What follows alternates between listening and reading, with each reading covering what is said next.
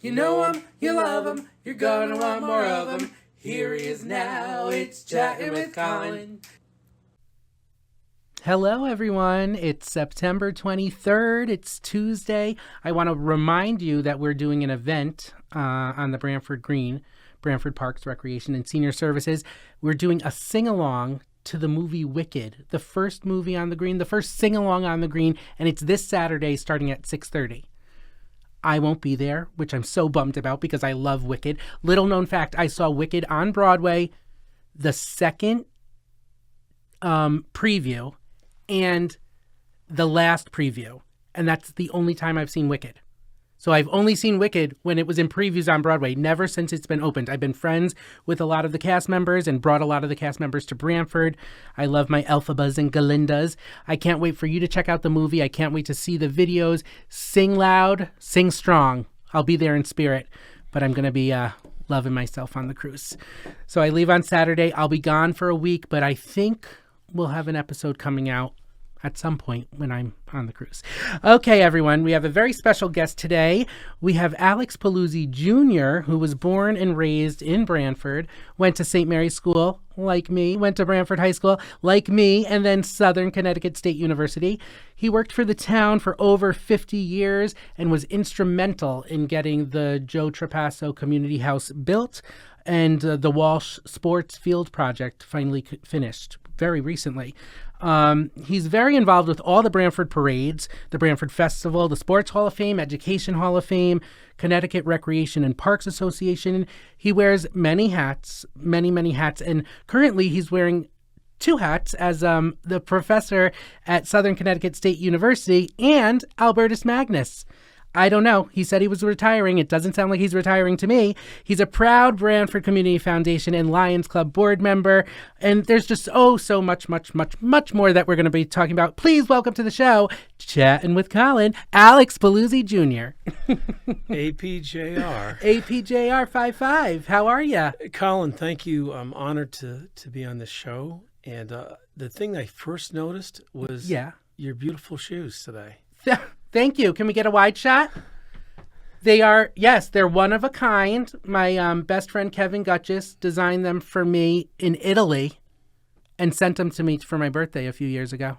So I only wear them on special occasions, which, Alex, you're very special. I feel honored. I think you've been, not on this show before, but you've been in this room before, right? I've been in this room before. It looked a little different. Yes, it's absolutely a beautiful set. So this was the satellite office when the community house, the Joe Trapasso Community House, was being built. Yes. So in like 2017, 2018, 2019, around there. Yeah, we spent a couple long years here, but kind of came back to me when I came in the parking lot, and it was like late. Yeah, you were late, but I always tell him and everyone at the community house, actually, you'll never make it in live television. Meetings don't start on time. What is a clock? We start right at 1 o'clock. Alex, it's 1:09. What the hell is going on? But I'm used to that with you, Alex. Yeah, and Colin, what's really interesting was as I came in through town, it's tough getting around this construction. Tell me about it. I left, and this isn't even the green project yet, which that was supposed to start in May. No, it's all good. Branford is such a great community. One of the things that I really was happy with I was thinking about COVID today. I was talking to my students. I'm actually teaching an elementary health class at Southern Connecticut State University. I have a great class. They're learners. They want to learn. And we talked about the COVID area, what they've had to go through, not only COVID, but it goes back to the Spanish-American War when they had the last pandemic here. Mm-hmm. And actually, right down the street here at St. Mary Cemetery, there's some names that were enshrined back when it happened then. But it's amazing how we never thought we would see a pandemic, and they're just coming off it at a very young age. They were basically, when that happened, they were just coming into high school. So crazy. So they really didn't have any type of normal high school experience. No, and that's it's hard coming from ESCA, which is St. Mary's School, where I was proud graduate alumnus of there, 9 years. What class of what? Oh, I went for 10 years because I did pre-K and kindergarten. I got you beat. What year did you graduate? 1973. Were you the class president? No. I was. 1999 class president. I was captain of the only undefeated boys basketball team. I was not. 25-0. And also ended up coaching the basketball team there, teaching CCD at one point. And I was also the PE teacher just before I started in 1982 at the community house. So my late 70s and early 80s, I did, for one season, I coached the basketball team, and I was also the physical education teacher at that time. Wow. So I didn't know that.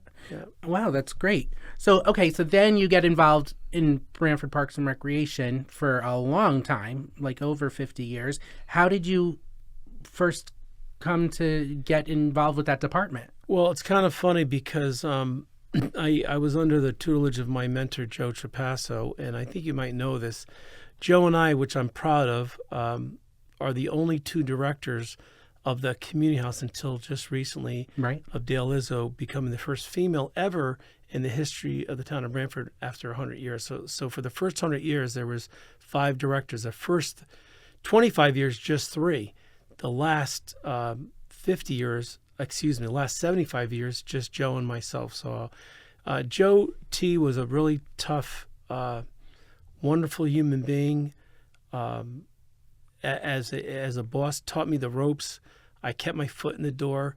He saw something in me. It's hard to explain. He had a lot of good people that came through, but I was in the right place at the right time.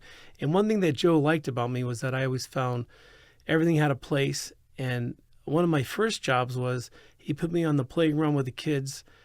I had 50 kids on Hammerfield. I'll never forget it. And everywhere I went, he put me on maintenance. That was back in the days when there was no union. You could work 80 hours, but you would get straight time. But that's just what we knew. Right. Well, you always say to me that you've worked your way up to become the director. You have worked starting as a maintainer and worked in every position. And I always remind you, you've never been the arts, culture, and special events coordinator. I've tried. You certainly have. But I was instrumental, obviously, and it was so important to our community in bringing that. And I was oh my God, you, Dale, Jamie, you guys worked really hard at it, and it was the right place, the right people in place. Margaret, yeah, Jamie, the support from the town administration and the people and what was needed. And Dale and I, going back to that many years, we used to have a theater program, and it was just a lot less numbers, totally different from years ago, but we had something and we were happy, and we said, let's try to bring it back. Well, little did we ever know what it would bring. And COVID really, the timing was absolutely perfect. And obviously at the time, we were looking for someone, and that right someone was kind of, was you coming back to Brantford, kind of having the same story kind of I did. Mm-hmm. Always wanted to do something in the town of Brantford. And there was a lot of people before you that preceded you, just like I had. There was talent out there. But I think you were the right person at the right time, and we needed it. And it's grown by leaps and bounds. One thing that I'm proud of is that, I got through the first 5 years of those anniversaries. It's amazing. It brings so much warmth to my heart and happiness. I get more enjoyment, I think I've told these before, as going to a ball game where I came from an athletic family to going to watch these young students express themselves. Yeah. And those kids were home, and they might have been on their computer or on their, social media was so much different. We didn't have it back then. But actually, Brantford Parks and Recreation didn't have social media until I came. Correct.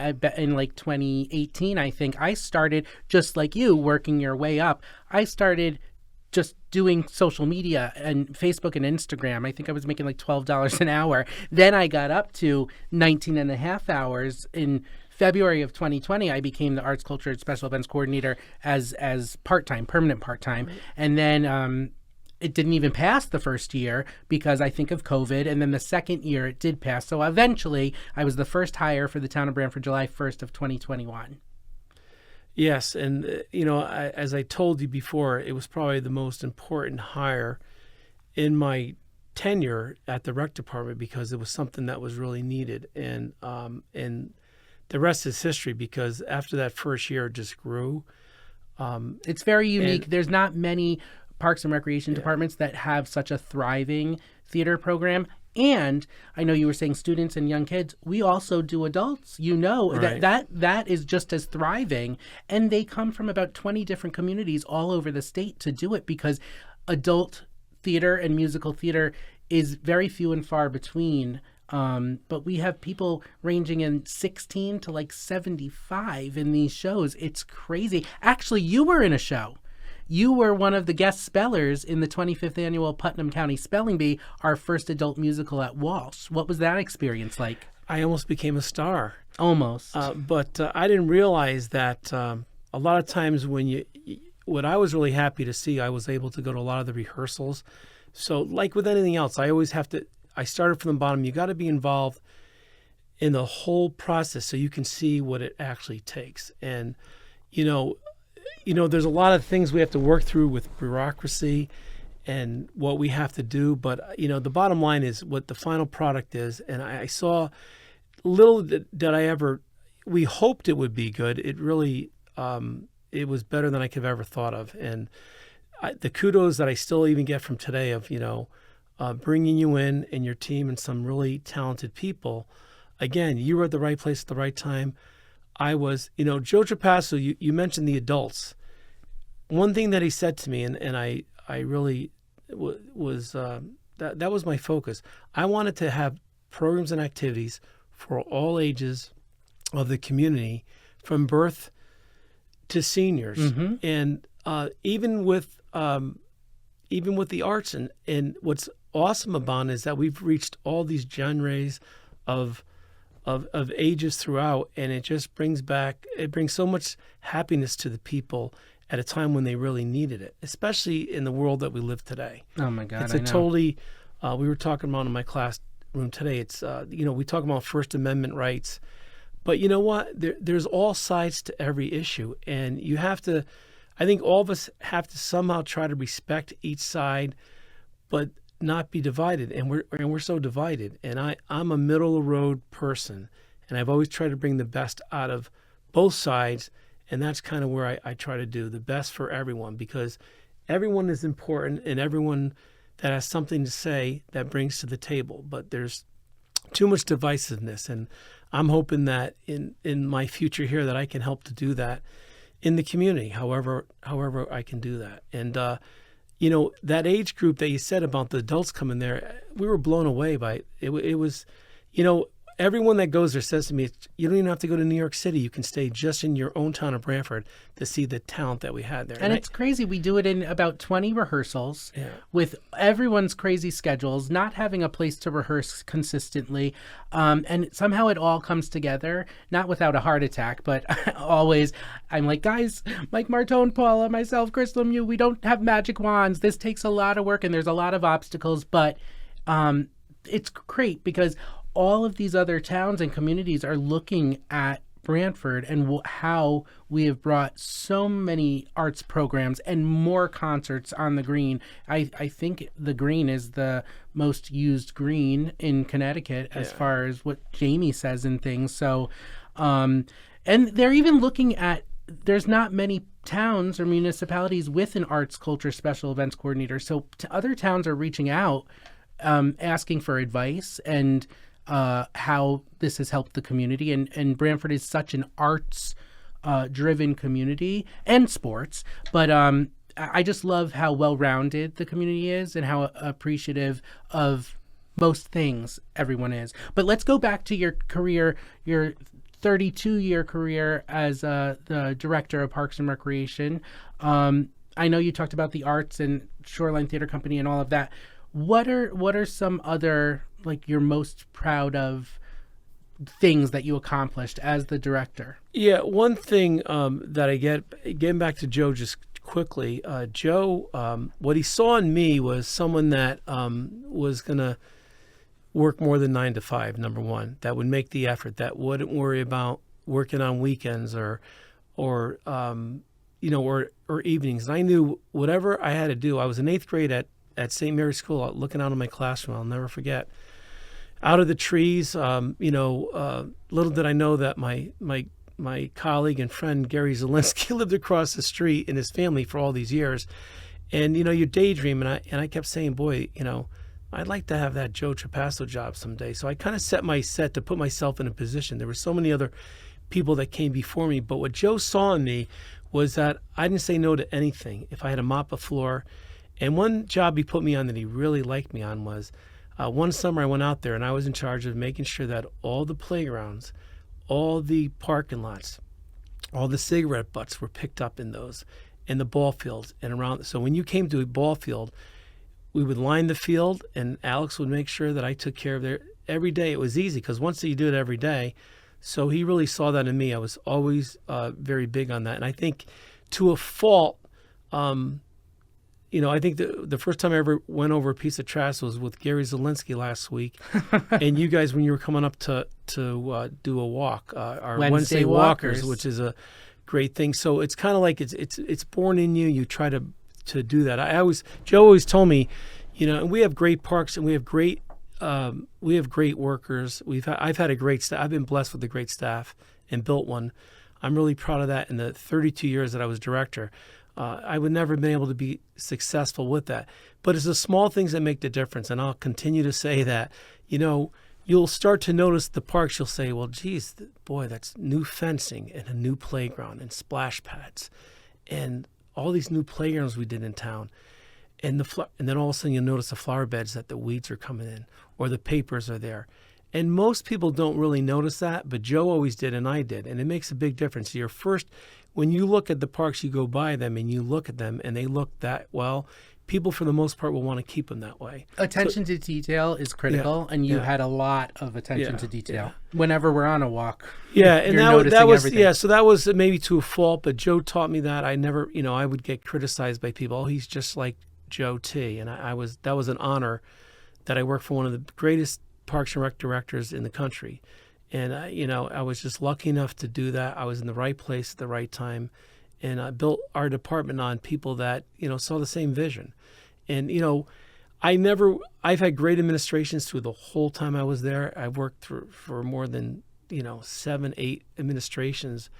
And everyone was supportive. Everyone has been supportive. But in the last decade, it was just a little bit different. And I think because here comes a young guy by the name of Jamie Cosgrove that comes in that, I kind of knew of him.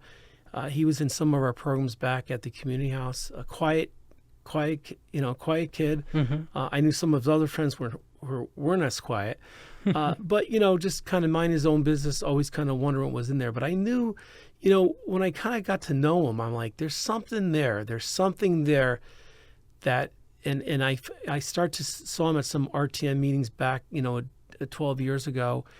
And it was kind of just listening to where he was coming from, And again, I've always said one of the greatest things about Jamie Cosgrove is he holds that card. Like you just never know with him, but he always wants to keep you on your toes. And everyone says, you work for a lot of tough people in your career. But I said, Jamie Cosgrove was one of the top ones. And I don't mean that in a bad way. It was just that he had a vision, and him and I got along early on. Not that we don't now, but early on, we were there for each other because, we had the vision, but he was already ahead of the game, And when you get someone like that, there was something about that he was looking down the road and he was looking at the big picture. We looked at the small picture. Just with the Brantford Festival, when we were all in a panic and moving it to Hammer Field, he was instrumental in looking at it a different way. He really thinks outside of the box. He wants what's best for Brantford, and he expects and demands excellence from all of his departments. Yeah, and everyone wants to say that I was one of his guys. Well, I was just like anybody else, a department head that wanted to do a good job, and do the best I can do. And he would always, he knew how to press the button in a good way. I mean, he wanted the best, as I did and everyone else did in the departments and stuff. But it was amazing that a young guy, as I called him, that he came in to do that. And he's really had, he's had a legacy just in his short 12 years, which is kind of long. I mean, once you get to 10 years, it's a tough job Yeah. to handle all of it. But I'm going to try to get him on the podcast because I want to interview him before he leaves. I want to have a cry fest. I'm going to miss him. Yeah. I don't think I'll miss him because I'll be around him, I think, still. You know, I think he's going to be around. You're not missing the community house because you're at the Joe Trapasso Community House, I think, 3 days a week, visiting all of us, telling us what we're doing right and wrong. Yeah, I'm getting a lot better at that. No, though. we love having you there. Yeah. And you brought up Wednesday walkers. Yeah. So I want to invite people every Wednesday from 1 to 2. We leave from the community house. We go up to town hall and we do 3 laps around the center. It ends up being like 2.5 miles. Come join. It's fun. It's a little less than an hour. We get to catch up with people. We get outside. We get moving and grooving. I was just on a meeting right before this. In 2026, America is celebrating its 250th birthday. So we're going to do some events throughout the year. But I think one of the first things I want to do is, starting in January with the Wednesday walkers, challenge all of us to get in 250 miles. And then we're going to make it like some sort of thing. I should have flushed this out before talking about it on air, but this is my process. You see the wheels turning. So something will happen. Stay tuned. But I appreciate you coming on the Wednesday Walkers when you can. Yeah, when I can, I will. Tomorrow I'm going to try to sneak in it again. It's kind of a tight, you know, we're kind of, my volunteer work working on the Brantford Sports Hall of Fame, we're kind of a little bit behind because, you know, we lost some good people. I'm trying to build it back up. Yeah. One of the greatest groups I got involved in was the Brantford Community Foundation. I was honored. I love it. I think I might have got you involved there. Yeah, you did. Thank you. And I got you set up the fund. Yeah. For your mom or dad or both? My mom, actually, and then obviously that kind of catapulted into the Tally Seat Pot Fund that we. Yeah, I want you to talk about that. Kind of just did. You know, not to. We can come right back to that, but I know you were asking about one of the. What did I feel was really big, other than, you know, obviously bringing that last program was probably one of the greatest feats that we were able to do together as a town for the right place at the right time. And, you know, I want, just like what Jamie wants and most people want, on both sides of the aisle, whether you're Republican, whether you're Democrat, you know, I've been proud as an unaffiliated voter since I've been involved. And I want to, you know, I'm middle of the road. I want to do what's best for everyone. But you know, when everyone says, "Well, what team you're on?" I could be on everyone's team, but I'm really Team Brantford. And I think most of the people in this community are. You know, on both sides, you're gonna have good and bad, or what you feel of it. But Brantford always does. Brantford always does what Brantford does right. Brantford does right. You know, for its community, and we all want that. Every one of us, every taxpayer, and I want to be able to continue to do that. One thing... You're getting very political, Alex. It sounds like you might be running for something. Are you running for something? You know... in your retirement? Yeah, I'm running for the Board of Education. But again, there's every candidate on both sides, there's great people. And whether you pick myself or anyone else, I know that you're going to have people that are really interested in the town of Brantford and has their heart in the right place. I think there's 11 candidates now. I believe that 6 of the 11 will win, and I might not, but it's not going to hurt me if I don't, because I know that on both sides of the aisle, there's good people that are running for office, and they're going to do good things. And if I don't get on, I'm still going to be involved with the Board of Education, the town, in some. Oh my God, you'll be involved. So, you were at every event, every jazz concert, every concert on the green. You made yourself available for people to come and ask you questions and give you suggestions and comments, and you were really good at that. Thank you, Colin. The most important time to be on the Board of Education was the last 6 months for myself and 5 months for Donna Leitch. So just a great example. Donna and I know each other from working on, she helped us get our first EV vehicle. She's currently on the Board of Ed, as I am right now. We both went through the process. We were interviewed. We were unanimously got appointed. But most of the most important work was we were coming off the middle school project, and Jamie naming the stakeholder representative for the town of Brantford between the town of Brantford and the Board of Ed. And we've had that the last couple of years. So I saw that project through, which we just finished and opened for the first day of school, which is it's a showcase on the shoreline now. We're back on top, and for just every youth group, sports, education person in the town of Brantford, it doesn't matter who it is. And I was really proud of that. And then also the superintendent of schools. Oh, Chris Tramberg. I love him. Yeah, his contract was up, and I got involved with them in their team. And Jamie brought that together. Jim Finch, Jamie, myself, I think, Jen Aquino, a lot of good people came in to be involved in that project. And we're so proud of what Chattin Construction was the low bidder that did a phenomenal job. We had BL Industries, who was with us all the way through, and in the community as a whole was involved. It takes 2 years. Yeah. It took 2 years. Everyone wants it like that, but that whole process took over 2 years. Jamie started it. We moved on. I was proud to be part of that, and we have such a beautiful facility for our community. So that was really big in the town. And then just backing up a bunch of years ago, probably one of the greatest things we ever did was getting together with the Foot Trust, Jamie, right. Jim Finch, and myself. I called them the Brain Trust, but because the town of Brantford didn't always run Foot Park. We didn't run it. We didn't own it, nothing. But what happened on December 29th, 2015, the town of Brantford now has Foot Park forever. And the bank, the bank has the dollars. Mm-hmm. We write a grant every year. We've done more than $2 million of improvements down there, and you just have to go down there and see it, from the splash pads to playgrounds to new fencing to new lighting. That's great. So that's one of the greatest things in my tenure. I always dreamed about, because Joe T was really instrumental in getting Foot Park, and then we kind of lost control at one time, but now it's back in the hands of where it should be.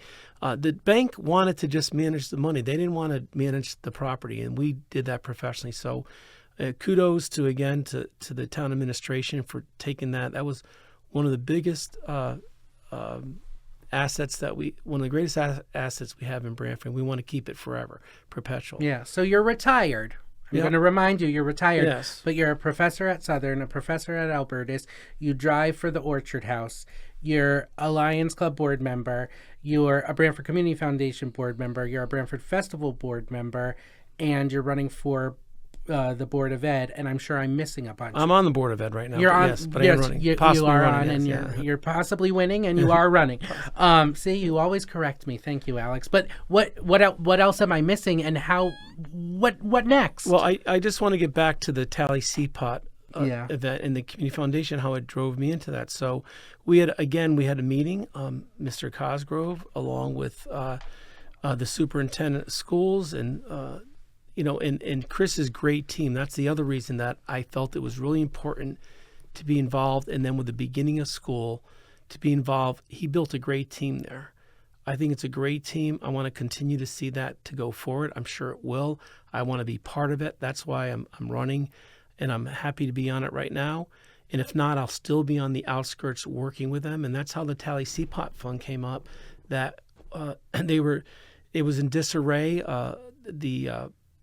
Tally Seapot Memorial back in the time. Not that it was done in bad faith. It was just things happened and things didn't get happening, and then we kind of lost not the interest. And I knew the Seapots personally, and I felt Can you tell the people that didn't know the Tally what happened? So Tally Seapot was just a wonderful human being, a young lady that was down at Happy Valley down at Penn State. Was come back on a mission trip, doing something good for people. And unfortunately, lost her life in a tragic accident. A beautiful woman that was had so much ahead of her, but she was ahead of her time. That's why she was doing good work she was on a mission trip down there. She was captain of the tennis team and the swimming team in Brantford, and that's how this whole process started. When they wanted to do something they wanted to do tulips for Tally. Mm-hmm. So, and I met, I know both, I knew Mr. Seapot, meeting with him, doing some projects in town, and knew his wife through my son back when my son was friends, in the same group of friends that Tally was with. I graduated with that group of kids in high school, and she was a great human being, and, what could we do to help that. So that was how it started, and it started with actually there were some dollars that were left over for this to continue, and we were coming up with different. What can we do by the tennis courts over there? We could have done some with swimming, but in the tennis courts, there's nowhere to sit. It's by the baseball field. So what they were looking for was let's do some stadium seating there, so people have a place to go. Yeah, because the people are usually watching in their car from Dunkin' Donuts. Dunkin' Donuts, or they're squished on the hill and they're falling down. And the flowers were beautiful when they bloomed. I remember seeing Mrs. Seapop, down there. But we felt that there was something we could do long term. We wanted to do that. So when we got together, I can remember coming home saying, "Well, we're gonna, I was being the stakeholder representative. Yeah, I'll take that on. Maybe we can raise $50,000 or at least 25. So we kind of upped it. The town had, the Board of Ed first had about about $90,000. Then we found out the project was going to be more, and then the town, the Board of Ed went back to reallocate some of their dollars to the Board of Finance. Came back and it was approximately about $140,000. So I think it was 90 up front, then another 50. We're at 140. We're still short, maybe 60. And I'm like, well, how much more? With everything, with numbers, I'm saying, how much do we need? But we had okay. So let's cut to for the audience's sake, because Alex could just keep going and going and going. I told him we're not editing, so I'm editing him right now live. So you have a fundraiser at Pine Orchard Club. Yes. You have a bunch of people there, and what's the end result? The end result was I got my good friend Nick Torello involved. We had the meeting. We said, how can we make this perpetual forever? And I knew that because you bringing me into my mom's, and so many groups have done that, if I can raise, get up to $10,000, we can keep this forever. Well, we did that with right out of the box through Nikki Torello and some of the money we had from previous talked to Peter Burdun also on the Board of Ed and said, look, we'll take this on. And I'm like, well, maybe, and Nick was saying, we're going to have this event. I'm like, well, let's see what happens. And we never even put it out to the public. But make a long story short, we had that event, and it was the most love I've ever seen in Pine Orchard Country Club. I thought there was going to be 40, 50 people with some cheese and crackers. Well, it was a first-class event with carving stations and food and people. I just saw all this love in the room, and we had over 100 people. And long and short of it, as of today, 75 people have given donations, and we're at $73,500. Wow! Congratulations. That first night, we raised close to $60,000. It was so Brantford is good, and now it just got out into the public just this week. Pam Johnson did a beautiful article on it, and the sound will be coming out. And I'm sure there'll be more people that wanted to give. So we just wanted to make sure that it stayed forever. This is going to be a beautiful memorial to Tally. That's the part we were raising, with a beautiful memorial for and flowers, and that we have to continue this forever. Yeah. So that's what we wanted to do, perpetual care. I think when I was on the Brantford Community Foundation board, we kept describing it like it's Brantford's best kept secret. Then COVID happened, and we came up with the Brantford Has Heart lawn signs, and if anyone made a donation of $20, they got a lawn sign. Then it sort of became popular because you're driving around town and you're seeing all these aqua with red heart hands that says Brantford Community Foundation and Brantford Has Heart, and so a bunch of people got them, and now I think people really are starting to become aware of how much the Brantford Community Foundation does. But if you don't know, you should go to BrantfordCommunityFoundation.org. There are so many different funds. Like I started the Kathy Ann Roding Scholarship Fund, and you did one for your mom. Greg Noble has one. There are so many funds that you could support, or you could just support them in general. But do some education or educating of yourself, because it's a great organization. And Guilford has one too. The same admins run it. Liza Petra, who's incredible, a genius. I loved working with her. But yeah, check out Brantford Community Foundation. And if you need help, if you need a grant or a sponsorship for something, just reach out to them. They have their own process, but they're very supportive and will support if they can, if it falls into their mission. So we need to wrap up because we are at 34 minutes. Holy moly. What the holy moly, as I say with Marcella LaGreca. No, but I have some other things to say. I describe your son, Dylan, as the man that got away. I should have married him. But we pretty much are related, right? Yes. because my freshman year of high school, it was spring, so 2000, was Little Abner. And your daughter, Megan, played mine and Kelsey Mulligan's daughter. Crazy. So 2000, how old was Megan then? Well, I'm putting him on the spot. He's like, Megan was 6 years old. 6 years old. That's crazy. 5, actually. Yeah, 5. So I've known you. Wow. 5, 6 years And old. she was so talented back then. I knew she was a great little dancer. Her personality was great. She went on for 10 years, coach the Branford dance team, won tons of competitions. Yeah. You must be so proud of both of your kids. Let's see. They've done well, and Branford's at their core still. That's what my wife and I, Karen, are really proud of them because they never forgot where they came from, and they're still involved.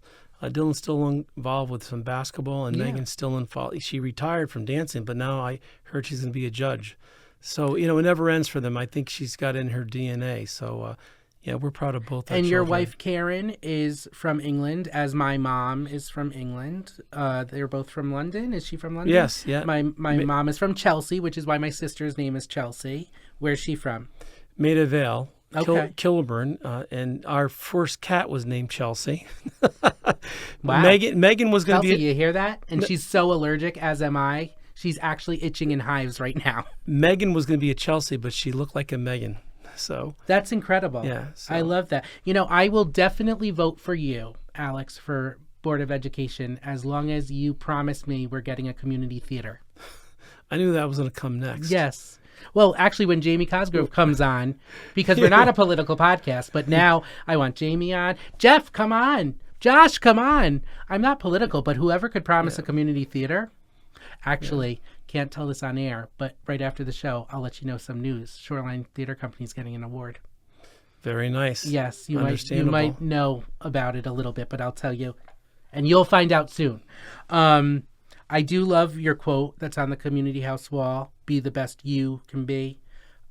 You always wanted that from everyone, but all of your staff members. And you never, you didn't micromanage. You let us have our ideas and flap those wings and fly. And you just supported us and encouraged us to go big or go home. So I need to thank you for that. To a fault sometimes. Sometimes. Another thing that's to a fault, Alex, is your driving. You're a horrible driver. I don't know if anyone knows that. I can't believe you're driving for the Orchard House. I'm a very safe driver. If you ask for the Orchard Dale, House. Vic, Ricky, myself, there was that one time we all got car sick. Yeah. And we passed Branford Point, a couple of the other beaches. Oh, I almost said something else. Branford beaches. We give our patients every Friday. I drive them to Branford Point and back. Oh, and they love that's so it. sweet of you. So. Maybe next you could drive for Canoe Brook Senior Center. I'm not sure about that. Too close to home. Too close to home. Well, because you did in your last few months, you were not only the Branford Parks and Recreation director, you were also the senior center director. Yes. Now it's sort of merged into one department where Branford Parks, Recreation, and Senior Services, and it's all great. It's all amazing. I know Dale wanted me to ask you about the DEEP officer, but I'm not going to because that's a funny story and we are almost at 40 minutes. Right. But what I want to give you the last word and then I want you to sing something, but I'm not going to tell you what until we get there. Because you have the voice of an angel, Alex. So you have the last word. So what do you want to update or tell the Chattin with Colin viewers about anything, your family, your career, retirement, board of ed, or all of your charitable endeavors? But it's just one thing, Alex. What I want to say is that the one thing I want to talk about is I think most people were right about me. The first 5 months I was able to travel, things I wasn't able to do, and a lot of that I was able to do with my family. Went to some great places with myself. I went to Aruba, I think 4 times out of the last 16 months. You came back very tan. Went to Florida a couple times. Went to see some rockets go off. You will find me now at Tweed New Haven Airport. I thought I would be working there by now because I thought I'm trying to work things out there. I'm not sure, but I love aviation. I'm always around it. I go there to bike. I go there and walk. I bike a lot of the trails out in Westbrook. I do what I can. So I do have a lot of time, but still the biggest thing is not being the guy in charge anymore. It gives me a lot more free time to be out there. But I think I want to continue to, what I found out after those months was I couldn't just keep going to the hornet's nest and having breakfast every day and sitting there for 2 hours and talking to people. And I still will stop by there here and there. But I think with what I did, I still think I have a lot of good years left in me, I hope. Definitely. And I think I have a lot to give. And I want to do the best I can for this community, no matter where it is, whether it's with the Board of Ed, whether it's through the Board of Finance, RTM, wherever it may be. As a volunteer, I have a lot of volunteer. I'm going to continue the Sports Hall of Fame, the Lions Club. There's a lot of good work that we do together. Got you on that also. Yes, you suckered me in. But I think it's just there's a lot of time in the day now that I feel, and probably the greatest work I have right now, believe it or not, that I feel that I'm doing, and I'll leave on this note, is really working with the patients at the Orchard House. I always worked around them and with them, but at the Orchard House, working with those dementia patients gives me so much satisfaction. I only do it a couple times a week, but it brings me purpose of what they need. It's just, it's a great organization, and I feel a good part of that. So. You have such a great heart. And you did say, I said it was the last thing, but one more. You did say you hope you live that long. Both of your parents lived a long time. Into their 90s. And can you quickly tell the audience you lost both of them very close together, very tragically during the pandemic? During COVID, yeah. Unfortunately, they were relatively healthy people, were legacies in this community. Actually, both got into the Brantford Sports Hall of Fame as supporters. And, I was brought up they brought us up to through St. Mary's School in church. And it was all about faith and doing a good job and just getting an education. That's what my parents were all about. They wanted us to have opportunities that they might not have had. My mom was able to go back. She raised us, went back to school, but they gave us a really good core principles of what was out there in life: hard work, to be involved with the community, do some volunteer work, and do the best you can for your community. Be proud of your community. And we did that all the way through St. Mary's and Brantford High School. Through our way was through sports, and now. But now, I'm looking towards Hollywood now. So that might be next. But anyways, but that's what they brought. They were. I was lucky to have parents, and the love they have in there. We had food on the table. We had one bathroom in the house. I'm actually proud that I'm in the house that my parents raised us in. I don't know how we did it, but we did it, and there was love, and we went out and we played. We had conversations with people. We anything that we had, we handled it right there. It was a totally different way to be brought up, and I was really proud of that. So I was lucky to live with the greatest generation there ever was, and there ever will be, as far as I'm concerned. Your parents were great, and I'm so glad that in your retirement you can spend more quality family time, because that's what it's all about, right?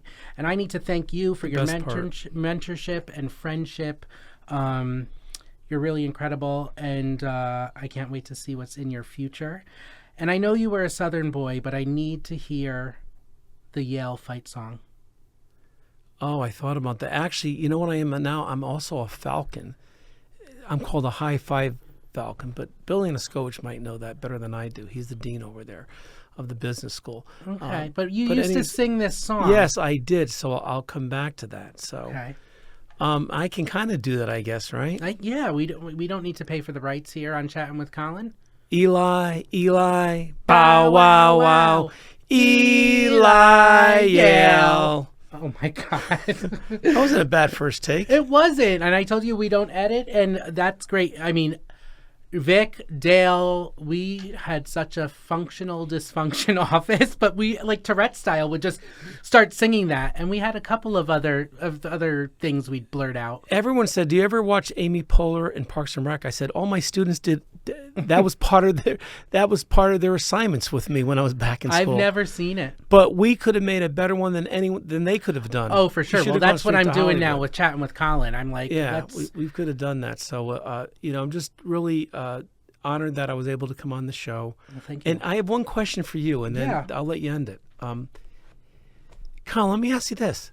Like, I'm thinking back of, I was on the other side of the table interviewing you at your interview. Oh, my God. What happened? What a difference.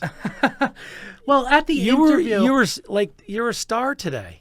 Well, thank you. Like I said, I peaked at 13.